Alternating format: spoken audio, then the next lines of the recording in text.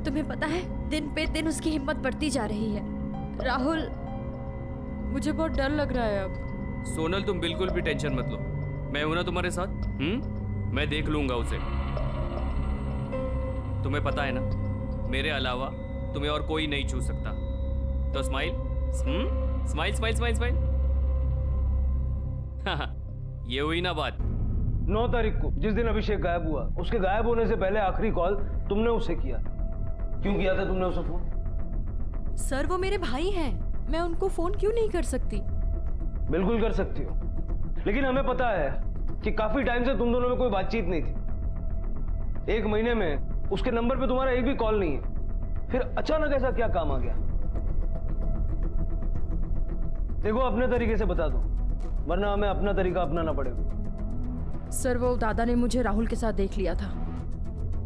राहुल मेरा बॉयफ्रेंड है। सोनल, मुझे सब पता है तेरा क्या चल रहा है राहुल के साथ। देख, बंद कर ये सब और अपनी पढ़ाई पे ध्यान दे और अपने पैरों पे खड़ी हो, वरना देखा है ना मनीषा ताई का क्या हाल हुआ है, तेरा भी वही हाल होगा। दादा, मैं ना अपना खुद देख लूंगी, आप अपना देखो, मेरी टेंशन मत लो। और हाँ, मनीषा ताई की तरह ना मैं आपके पास रोने नहीं आऊंगी। सोनल, सर, दादा ने बीच में पढ़ना बंद ही नहीं किया, इसलिए मैंने उनको फोन किया कि मुझे उनसे मिलके बात करनी है, कि वो मेरे मामले में टांग ना अड़ाएं। पर बात करने से पहले वो भाग गए। भाग गए मतलब? सर, सबको ऐसा लगता है कि दादा भगवान है, कोई सुपर हीरो है, जैसे वो सब कुछ ठीक कर लेंगे। पर वैसा नहीं है, वो भी हम जैसे ही हैं। वो ऊपर से स्ट्रांग बनते हैं, पर छोटी छोटी बात पे घबराते हैं। हाँ आरती, थक गया हूँ मैं। इतनी कोशिश करता हूँ, इतनी मेहनत करता हूँ, फिर भी कुछ नहीं हो पाता है। हार चुका हूँ मैं। ऐसा मन करता है इन सब चीजों को छोड़ के कहीं दूर भाग जाऊं। सर, मुझे तो लगता है दादा डर के भाग गए, वरना अगर वो यहाँ होते तो आपको कोई ना कोई खबर तो लगती उनकी। क्या समझती तू अपने आप को? पुलिस को क्यों बोला कि अभिषेक भाग गया है? भागा नहीं है तो किधर है बोलना। अब तो अपने बेटे के महान होने से बाहर निकल आई, वो भी हम दोनों की तरह इंसान है। मुझे तो लगता है दादा ही वो 1 लाख रुपए लेकर चले गए। अरे वो उसके ही पैसे थे, अपने पैसे क्यों चुराएगा वो? क्योंकि आई तूने उसका जीना हराम कर दिया। कभी तूने उससे पूछा कि वो कैसा है? बस पैसे चाहिए बोल दिया। अरे कभी सोचा है कि वो आई भागने के लिए? क्या बोली तू? मैंने मेरे बेटे को भगाया है? हाँ, मेरी वजह से भागा मेरा बेटा, मेरी वजह से भागा है वो? क्या बोली तू? पागल हो गई है क्या? हाँ हाँ, तेरी वजह से भागा है वो। और सिर्फ वही नहीं, मुझे तो लगता है बाबा भी तेरी वजह से तंग होकर मर गए। आई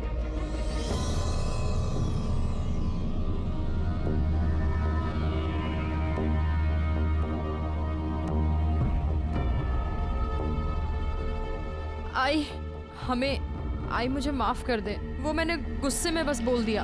आई तो सुन रही है ना? सोनल, तू जा यहाँ से, माफ कर दे ना।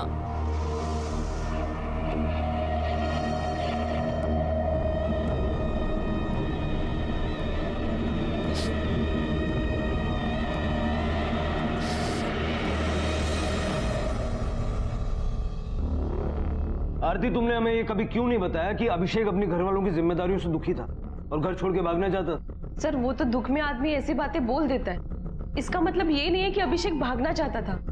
मुझे यकीन है सर, अभिषेक कमजोर लोगों में से नहीं है जो भाग जाए। सर,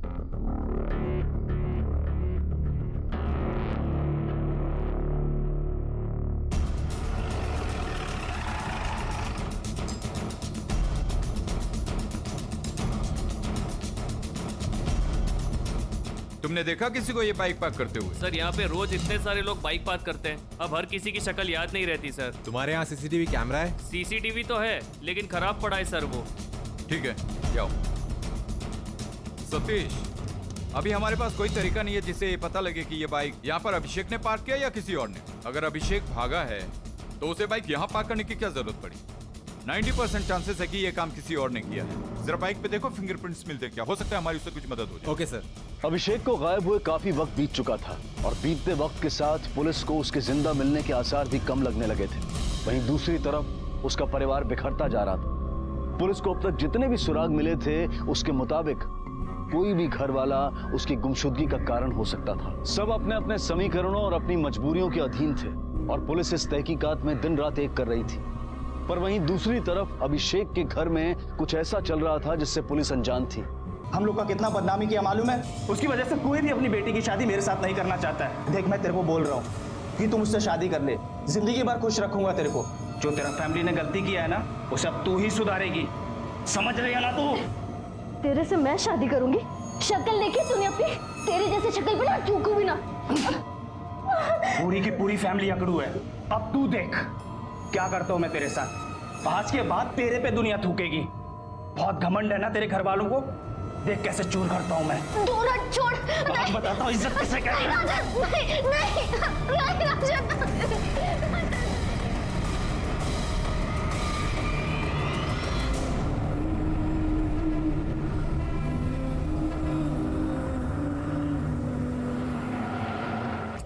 सर, सोनल, मनीषा और उनकी मां, इन तीनों में से किसी की भी मोबाइल का लोकेशन अभिषेक के लास्ट लोकेशन से नहीं मैच कर रहा है।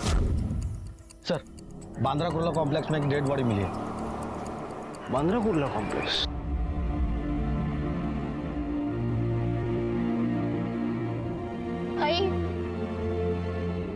आई दरवाजा खोलो। सोनल,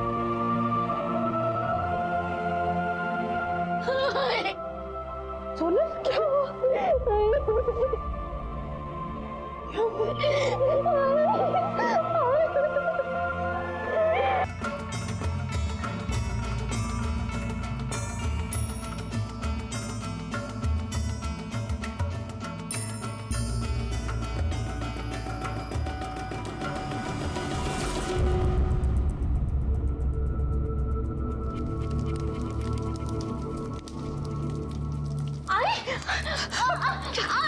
आई, ये कपड़े क्यों जला रही है? ये कपड़े पुलिस कंप्लेन में मेरी मदद करने वाले थे आई, कि मैं सच बोल रही हूँ आई, कि राजन ने मेरा रेप किया है। चुप, एकदम चुप। ये बात तेरी जुबान पे कभी आनी नहीं चाहिए। और भूल जा पुलिस। मैंने अजीत और राजन से बात कर ली है, सब कुछ ठीक हो जाएगा अब। आई, क्या ठीक हो जाएगा? ये क्या बोल रही है तू? आई, तूने इसको इधर क्यों बुलाया? बोलना।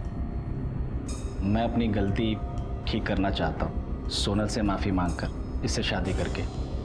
देख सोनल, वो अपनी गलती ठीक करना चाहता है, शादी करना चाहता है तुझसे।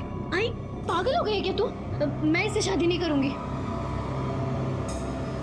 देख सोनल, अगर तूने शादी से मना किया ना, तो मैं जाकर पुलिस में बोल दूंगी कि मेरी अलमारी से जो 1 लाख रुपए चोरी हुआ है वो तूने किया है, समझी तू? इसलिए जो कहती हूँ वो चुपचाप कर।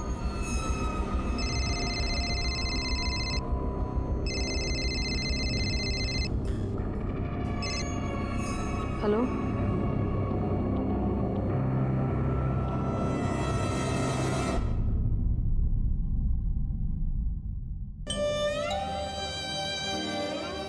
अभिषेक,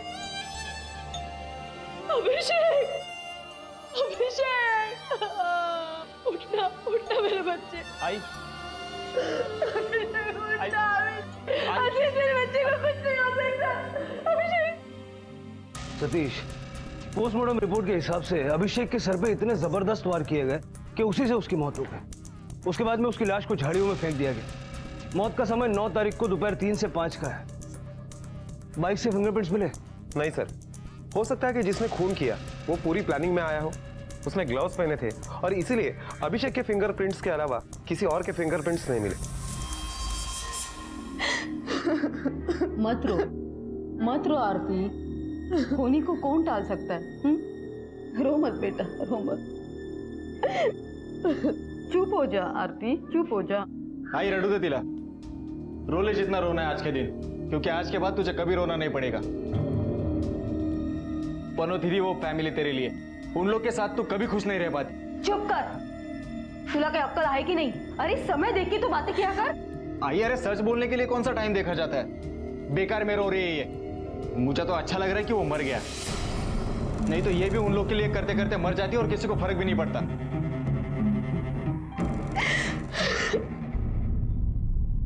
आई, तू सोनल की शादी राजन से क्यों करवाना चाहती है? तू जानती नहीं है क्या कि वो 2 भाई कैसे हैं? क्यों? उससे शादी नहीं करेगी तो कोई और रिश्ता है क्या तेरे पास? कौन करेगा ऐसी लड़की से शादी जिसका बलात्कार हो चुका हो? और पता है ना, बिना मर्द की औरत पर लोग कैसे चील कौओं की तरह नजर गड़ाए रखते हैं। अभिषेक के बाद अब वही लोग हमारा सहारा है, वही लोग इस घर के मर्द हैं। अब आई तो अपनी बात मनवाने के लिए अभिषेक का नाम मत ले। हाँ, वो आज नहीं है, लेकिन पहले कहा तूने कोई सही फैसला लिया है। क्या बोला तूने? हाँ, आज तुम लोग ही मुझे बात सुना रहे हो। तुम लोग कह रहे हो कि मैंने तुम लोगों की जिंदगी बर्बाद की। बिना पति के 3-3 बच्चों को पाल के दिखाओ, फिर बोलना। 35 साल की थी मैं, तब तेरे बाबा गुजर गए। उससे पहले कभी घर से बाहर भी नहीं निकली थी। खुद को संभालना, तुम तीनों को पालना कैसे किया मैंने, ये मैं ही जानती हूँ। एक बात बता, अजीत को जेल भेज के तुझे क्या मिलेगा? और राजन को जेल भिजवाकर सोनल को उल्टा समाज में बदनामी ही होगी। हेलो राहुल, राहुल मुझे तुमसे मिलना है, कुछ जरूरी बात करनी है। सर, अभिषेक के पड़ोसियों से जब हमने पूछताछ की तो एक बात पता चली है कि उसके घर वाले सोनल की शादी अजीत के भाई राजन के साथ कर रहे हैं। बड़े ताज्जुब की बात, और सोनल का तो एक बॉयफ्रेंड है राहुल। सर, सोनल के घर वाले अजीत की असलियत के बारे में भी जानते हैं और उन लोगों की राजन के बारे में भी कोई राय अच्छी नहीं है। इसके बावजूद भी वो लोग सोनल की शादी राजन के साथ कर रहे हैं। सतीश, इस शादी की बैक स्टोरी कुछ और ही है, वरना बेटे की मौत के फौरन बाद शादी की बात कौन करता? अपना एक कांस्टेबल 24 घंटे सिविल कपड़ों में उनके घर की निगरानी पे लगा। उनकी हर मूवमेंट की छोटी से छोटी खबर मुझे चाहिए। Okay sir. क्या ये तुम क्या कह रही हो? और तुम्हें पता है, आई मेरी शादी जबरदस्ती राजन से करवाना चाहती है, ये जानते हुए भी कि उसने मेरा रेप किया। राहुल, मैं उससे शादी नहीं करना चाहती।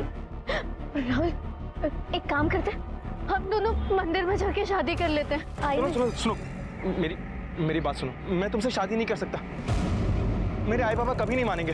क्या? मुझसे प्यार करने से पहले तुमने अपने आई बाबा से पूछा था क्या? देखो सुनो, मैंने कहा ना, मैं तुमसे शादी नहीं कर सकता।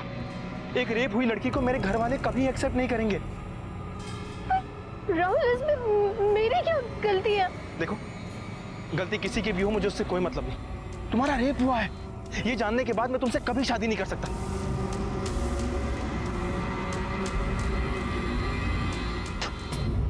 घिन आ रही है मुझे तुम पे। अब तुम क्या?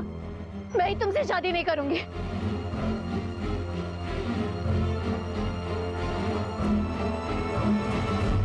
सर, मैंने पड़ोसियों से पूछताछ की तो एक अजीब बात मालूम पड़ी। कुछ दिन पहले सोनल जब घर पर आई थी तो उसकी हालत बहुत बुरी थी। शरीर पर मार्क के निशान थे, कपड़े गंदे हुए थे। सर, उनको ऐसा देखकर लग रहा था कि उसके साथ कुछ गलत हुआ।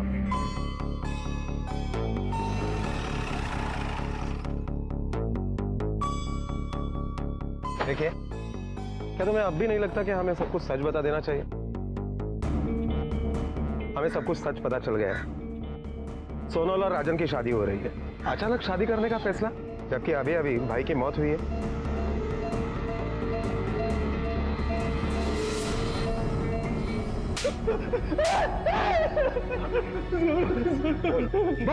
बोलता है साहब, बोलता साहब, वो सोनल है ना साहब, वो उसका रेप किया था मैं। सब वो मेरे को कुछ समझती नहीं थी, उसका वजह से कितना बदनामी हुआ हम लोग का पता है। सब वो अजीत भाव को घरेलू हिंसा के अंदर भी करवाया था। और इसीलिए तूने अभिषेक को मरवा दिया?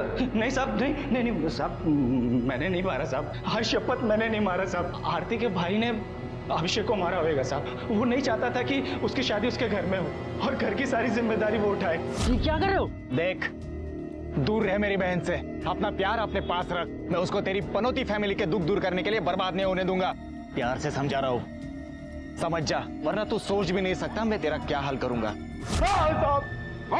तब मैं बता दो साहब, मैंने नहीं मारा अभिषेक को साहब। साहब, मैं चाहता था कि उसकी शादी मेरी बहन के साथ ना हो, पर वो अभिषेक की वजह से नहीं साहब। साहब, अभिषेक तो अच्छा लड़का था, मेरे को पसंद था वो, पर साहब उसकी फैमिली वो उस पे जिम्मेदारी थोप थोप के उसको बर्बाद कर दी थी साहब। और मैं नहीं चाहता था कि मेरे बहन के साथ भी वही हो।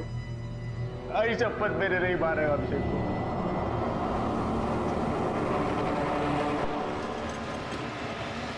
साहब, मेरी बेटी सोनल कल दोपहर से गई है और अभी तक वापस नहीं आई। मुझे तो बहुत डर लग रहा है कहीं वो खुद को कुछ कर ना ले साहब। आपको कुछ अंदाजा है वो कहाँ जा सकती है? उसका कोई दोस्त या सहेली वगैरह? साहब उसके दोस्तों के बारे में मुझे कुछ मालूम नहीं है। आई फिक्र मत करो, पैसों का इंतजाम हो जाएगा, ठीक है? टेंशन कैसे ना लूं? तुला तर माहिती है ना कि पैसों का इंतजाम नहीं हुआ तो क्या होगा मनीषा का? हाँ पता है आई, पैसों का इंतजाम हो जाएगा, तू टेंशन मत ले। अभिषेक बेटा 200-400 की बात होती तो फिक्र नहीं करती, पर तुझे पता है ना 1 लाख रुपए देना है उन्हें। क्या एहसान दिखा रही मेरे को तेरा भाई तेरा इलाज कराना बोल के? हैं? उठ तू। नहीं उठ। तेरे जैसी बांझ को मेरे पल्लू बांधा उन्होंने, तो तेरे बांझपन का इलाज भी उसको ही करना पड़ेगा। एक बात याद रख, तेरे और तेरे परिवार की वजह से बहुत भुगता है मैंने। अभी कुछ नया नाटक नहीं चाहिए मेरे को, समझी?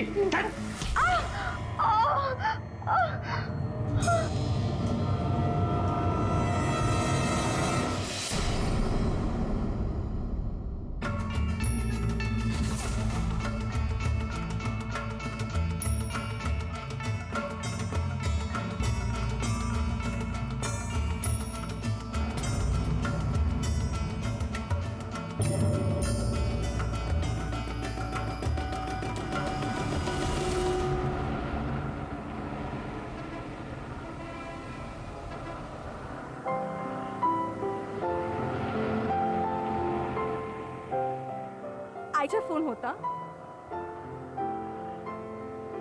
मनीषा ताई को देने वाले 1 लाख के बारे में पूछ रहे थे, तो कुछ हुआ अरेंज? हुआ तो नहीं है, पर हो जाएगा, कोशिश चल रही है। 1 मिनट रुको।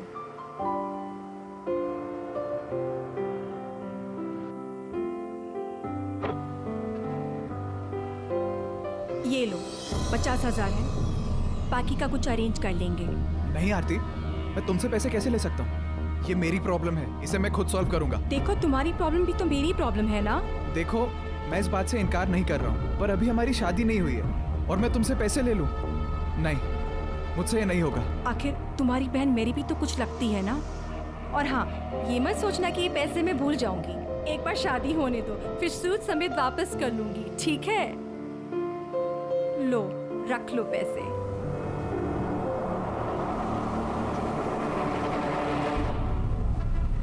सच और अच्छाई की जीत तभी संभव है जब उसके पीछे विवेक और किसी भी कीमत पर गलत के सामने ना झुकने की दृढ़ सोच हो।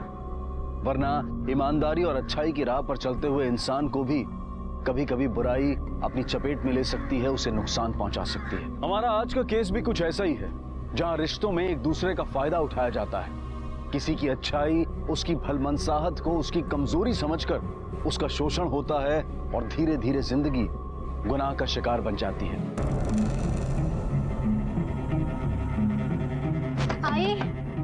आई दरवाजा खोलो। आई, अरे हुआ क्या? तू इतनी घबराई हुई क्यों है?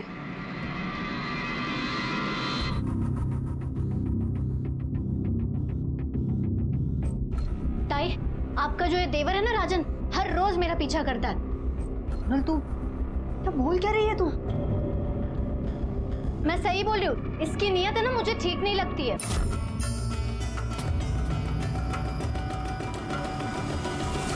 सोनल ये क्या बकवास कर रही है? भाऊ ये झूठ बोल रही है। मैं इसका क्यों पीछा करूंगा बताइए आप? ओ, क्या लगा रखा है नाटक? हाँ, एक तो खुद की बेटी को संभाल नहीं सकते हो और मेरे भाई को बदनाम करने पे लगे हुए हो। ये ज्यादा नहीं हो रहा है?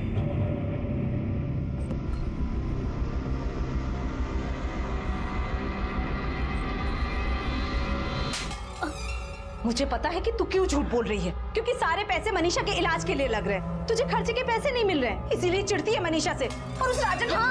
हाँ, वो राजकुमारी बचाना झूठा इल्जाम लगाने को। तुम लोगों को मेरे बात पे भरोसा नहीं है ना? ठीक है, अब करने दो उसको मेरा पीछा, देखना मैं उसको क्या करती हूँ। फिर बोलना नहीं कि मैंने बताया नहीं। सोनल,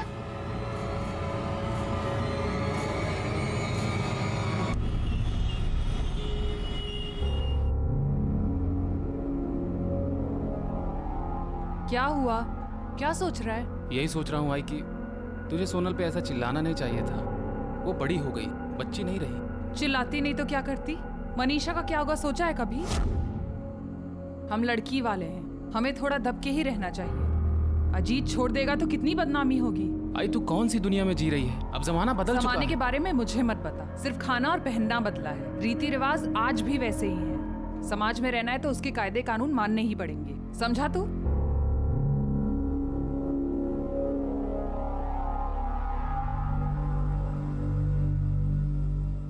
ये लो आई, पूरे 1 लाख हैं।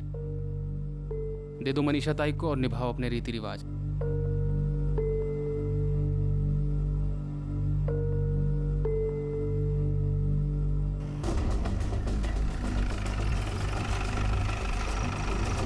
अभिषेक सुरवे? जी मैं ही हूँ अभिषेक, कहिए। तुम्हें हमारे साथ पुलिस स्टेशन चलना पड़ेगा इंक्वायरी के लिए। इंक्वायरी? साहब मेरी बात तो सुनिए। चलो चलो। लेकिन क्या किया क्या है इसने? सुनो कि साहब, किया क्या साहब, मैंने? चलो क्या अंदर किया चल। इसने? ऐसा मत करो। क्या किया साहब? सुनो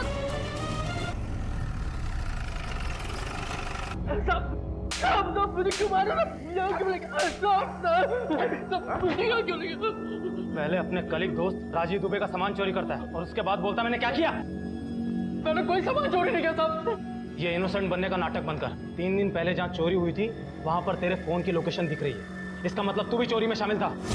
सर मेरे साथ एक लड़का अभिषेक सुरवे काम करता है, उसको हमेशा पैसे की जरूरत रहती है। उसने कितनी बार उधार लिया सर, बेशक उसने लौटाया लेकिन जरूरत तो उसे हमेशा रहती है। और सिर्फ उसी को मालूम था कि मैं डिलीवरी के लिए कहाँ कहाँ जा रहा हूँ और मेरे पास क्या क्या सामान है।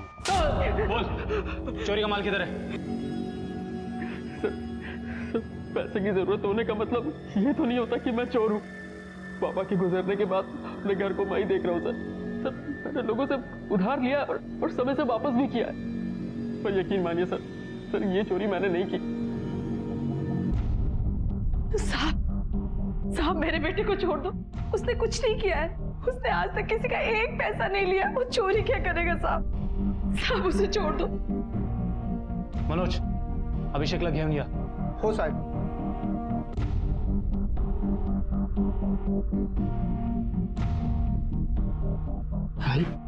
अभिषेक कैसा है तू? ठीक हो? चल जा, लेकिन एक बात ध्यान रखना, इंक्वायरी अभी भी चल रही है और ये केस खत्म होने से पहले शहर से बाहर जाने की सोचना ही मत, समझा? ले जाइए अपने बेटे को।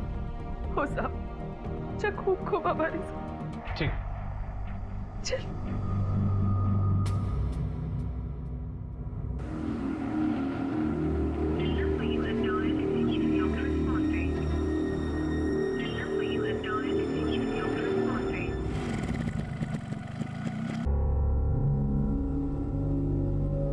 आई सुनो ना, अभिषेक को ना अब तक आ जाना चाहिए था। मुझे तो लगता है अब हमें पुलिस कंप्लेंट कर देनी चाहिए। आरती हो सकता है किसी काम में फंस गया हो, इसीलिए आने में लेट हो रहा है। ऐसा करते हैं सुबह तक देखते हैं, इतनी रात में पुलिस में क्या जाना। ठीक है, तुम्ही बोलताय तर मग राहू दे। आई मैं निकलती हूँ। हाँ अगर वो आ जाए तो मुझे प्लीज कॉल कर देना। हाँ सुनो, आईची काळजी घे। चल। अभिषेक भी ना, तो क्यों टेंशन ले रही है? दादा आ जाएंगे।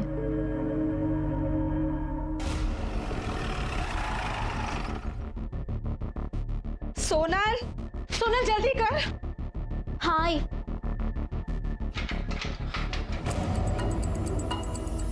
अभिषेक सुरवे यही रहता है? हाँ साहब, पर वो कल रात से लौटा नहीं है। हम दोनों थाने ही आ रहे थे रिपोर्ट लिखवाने के लिए। ठीक है, आप हमारे साथ पुलिस स्टेशन चलिए। बोलिए, कहाँ छुप के बैठा है आपका बेटा? ऐसा क्यों पूछ रहे हैं साहब? क्या हुआ? मैं तो खुद आपके पास मदद के लिए आ रही थी। आपको ये नहीं पता कि आपका बेटा ऑफिस का डिलीवरी का सामान चुरा के भागा है, जिसमें 2 लैपटॉप और 2 महंगे मोबाइल फोन थे। चोरी? काहे बोलता है साहब? मेरा बेटा चोर नहीं है, बहुत ईमानदार है वो, बहुत मेहनती है वो। सर, ये लड़की आइए, काय से लोग? तुम कौन हो? आरती। कि उसने चोरी क्यों और कैसे की? सर, वो वैसा इंसान नहीं है। वो चोरी चकारी नहीं कर सकता। वो तो बेचारा पेट्रोल के पैसे बचाने के लिए भी कड़ी धूप में कितना पैदल चलता था। सर, मुझे तो लगता है उसके साथ कुछ ना कुछ गलत हुआ है। मैं तो कल ही रिपोर्ट लिखवाने आने वाली थी, लेकिन सर सर मैं आपके हाथ जोड़ती हूँ, प्लीज उसे ढूंढ लो। भगवान ना करे उसके साथ कुछ गलत हो। सर हमने अभिषेक के बारे में जितने भी लोगों से पूछताछ की, सभी का यही कहना है कि अभिषेक ईमानदार मेहनती लड़का है। लेकिन उसके बारे में और एक बात सामने आई है, उसके कलीग ने उसके ऊपर चोरी का इल्जाम लगाया था। हम लोगों ने पुणे में इन्फॉर्म कर दिया है कि अभिषेक लापता है। सतीश, हो सकता है कि पैसों की तंगी की वजह से अभिषेक ने चोरी की हो। इस अभिषेक के बारे में और इन्फॉर्मेशन निकालो। Okay sir. Sir, delivery boy Rajiv Dubey के पास से जो मोबाइल चोरी हुआ था वो इस एड्रेस पे एक्टिव हुआ है।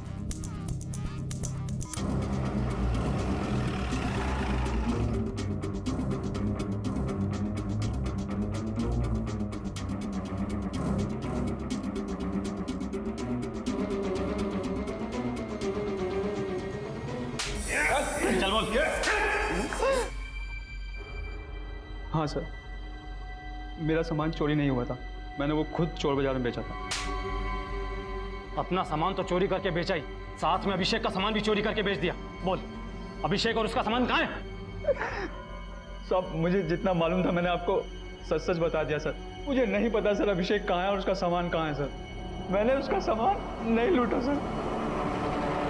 सर अभिषेक के ऊपर जो चोरी का इल्जाम लगाया गया था वो खारिज हो चुका है। उसका दोस्त राजीव ने उसके ऊपर झूठे आरोप लगाए थे। सतीश, ऐसा भी तो हो सकता है कि इस राजीव ने अभिषेक को गायब किया हो और जो सामान उसके पास था उसे बेच दिया हो।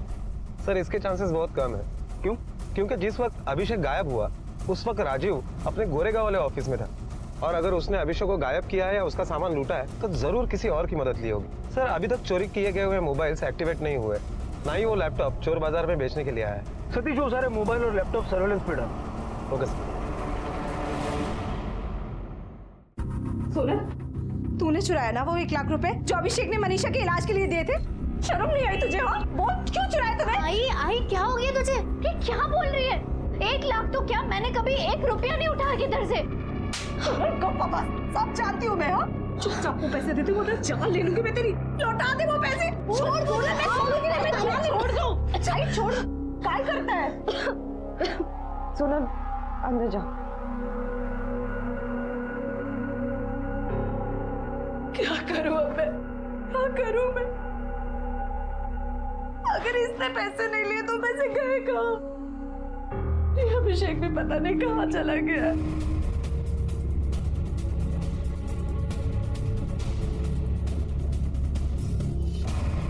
रेखा में मिला का? नहीं सर। चंदे कुछ मिला क्या? नहीं सर, कुछ नहीं मिला। सर एरिया काफी सुनसान है। अभिषेक के मोबाइल के लास्ट लोकेशन के अलावा यहाँ ऐसा कुछ भी नहीं मिला जिससे ये पता चल सके कि अभिषेक यहाँ आया था। सर अगर अभिषेक यहाँ आया था तो कम से कम उसकी बाइक तो यहाँ होनी चाहिए। सतीश, लेकिन डिलीवरी का सामान लेके अभिषेक ऐसी सुनसान जगह पे आया क्यों? और अगर यहाँ उसके साथ कुछ हुआ है तो मुमकिन है कि कोई आई विटनेस नहीं होगा। मुझे नहीं लगता कि ये चोरी का या किसी प्रोफेशनल मैटर को लेके कोई मामला है। हो सकता है कि उसकी पर्सनल लाइफ से जुड़ी हुई कोई चीज है। अभिषेक के दोस्तों, रिश्तेदारों, पड़ोसियों सबसे पूछताछ करो, कौन उस पर सबसे ज्यादा खुन्नस खाता था। Okay sir.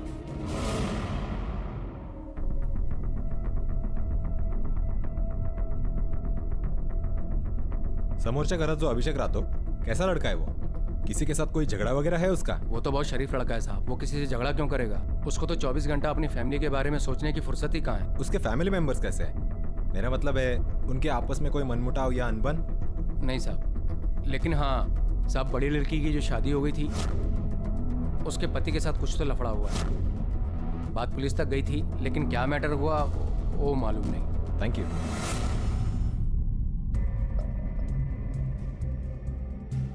आपको ये चोट कैसे लगी? बोलती काय का पैसा तेरा? ये सब तू और तेरे को मक्कार मक्का नाटक है। और जब वो अभिषेक ही नहीं रहा यहाँ पर तो तुम लोग को तो खाने के वांदे हो जाएंगे। तेरा इलाज कैसे कराएंगे वो लोग? तू निकल यहाँ से, मेरे को मांगती नहीं तू घर में। सीढ़ी से गिर गई थी साहब। 1 साल पहले शायद इसी तरह आप सीढ़ियों से गिर गई थी और उस वक्त आपने और आपके परिवार ने आपके हस्बैंड के खिलाफ डोमेस्टिक वायलेंस का केस फाइल किया और अचानक एक दिन आपने वो केस वापस लिया।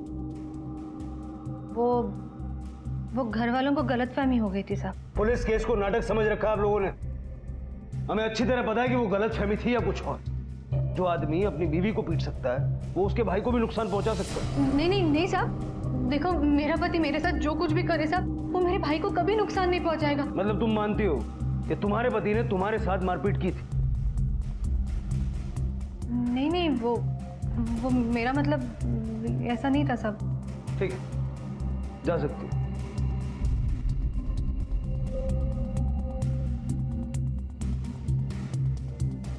काश लोग ये समझ पाते हैं कि क्राइम को छुपाने से क्राइम खत्म नहीं होता, बल्कि और बड़ा हादसा हो सकता है।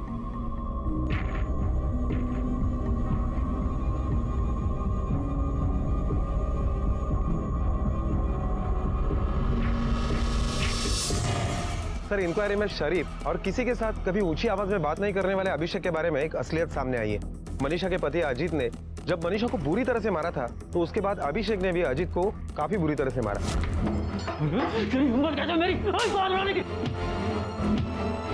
और उसके खिलाफ डोमेस्टिक अब्यूज का केस भी डाला था। सब मेरे को काय को अंदर करे साहब, मैंने कुछ नहीं किया। जास्त बोला था ना। लेकिन 15 ही दिनों में घर वालों के प्रेशर में आकर अभिषेक ने वो केस पीछे ले लिया। मान लो तुम दोनों मेरी बात और केस वापस ले लो।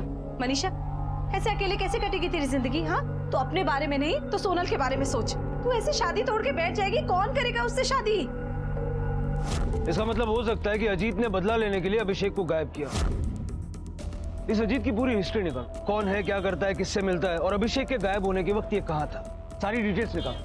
ओके सर, सोनल का फोन अभी भी स्विच ऑफ ही आ रहा है। उसके कॉल रिकॉर्ड के मुताबिक उसने आखिरी फोन अपने बॉयफ्रेंड राहुल को किया था, तभी से सोनल गायब। सर, मेरे को नहीं मालूम वो कहाँ गई। उसने तुझे फोन किया था, क्या बोली वो फोन पे तुझसे? मिली थी तुझसे? हाँ सर, वो मुझसे मिलने आई थी और शादी करने के लिए प्रेशर दे रही थी। पर सर, उसका रेप हुआ ये सुनने के बाद मैं उससे कैसे शादी कर सकता था? तुझे कैसे पता चला उसका रेप हुआ है? सर, वो मुझसे खुद बोल रही थी कि हम लोग शादी कर लेते। मैंने मना कर दिया और वो वहां से चली गई। सर, उसके बाद मुझे नहीं मालूम कि वो कहाँ गई। हेलो, हाँ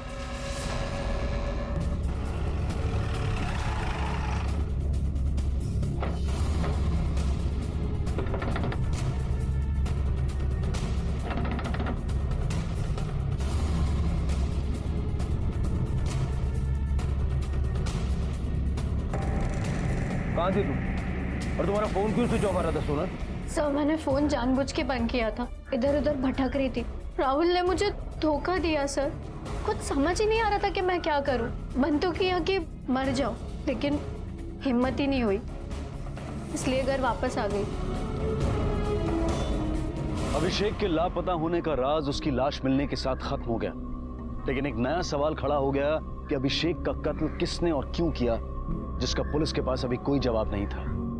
वहीं दूसरी तरफ अभिषेक के परिवार में होने वाली हरकतें आम नहीं थी। राजन सोनल के बलात्कार के जुर्म में पुलिस कस्टडी में था। मनीषा ने तलाक लेने का फैसला कर लिया था। राहुल सोनल को छोड़कर जा चुका था और अभिषेक का खून जिस सफाई से किया गया था उसे भेदना मुश्किल हो रहा था।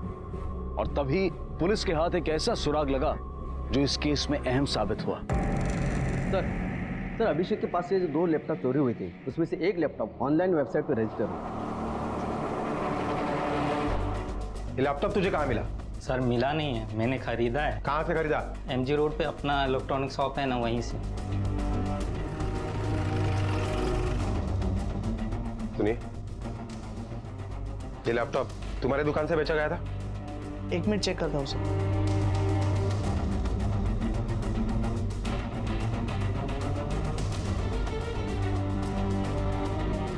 हाँ साहब, ये लैपटॉप हमारी दुकान से लिया गया है। जिस दिन ये लैपटॉप तुम्हारे दुकान से बेचा गया, उस दिन के CCTV फुटेज मुझे चाहिए। Okay sir.